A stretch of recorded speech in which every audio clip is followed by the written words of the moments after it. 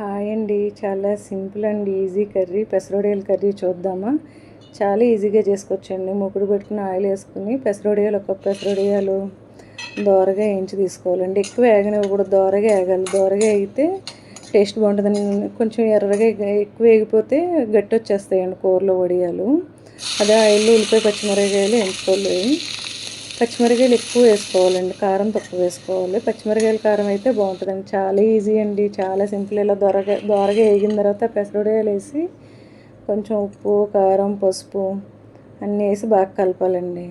చాలా ఈజీగా చేసేసుకోవచ్చు కర్రీ. మీరు ఎప్పుడన్నా కూరగాయలు లేనప్పుడు ఇంట్లో పెసరొడియాలు ఉంటే ఇలా ట్రై చేయండి ఒకసారి.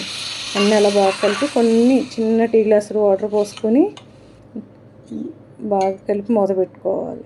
అలా మగ్గిన తర్వాత మీకు మళ్ళీ అదంతా దగ్గర పడిన తర్వాత మళ్ళీ చిన్న టీ గ్లాసు మిల్క్ తీసుకొని పోసి బాగా కలపాలండి. బాగా కలిపిన తర్వాత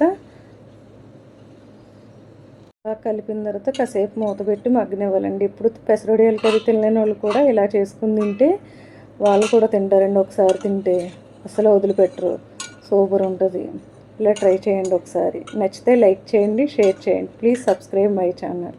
ఇలా దగ్గర పడిన తర్వాత దింపేసుకోండి. వేడివేడి అన్నంలో తింటే చాలా బాగుంటుందండి. ఒకసారి ట్రై చేయండి మీరు కూడా.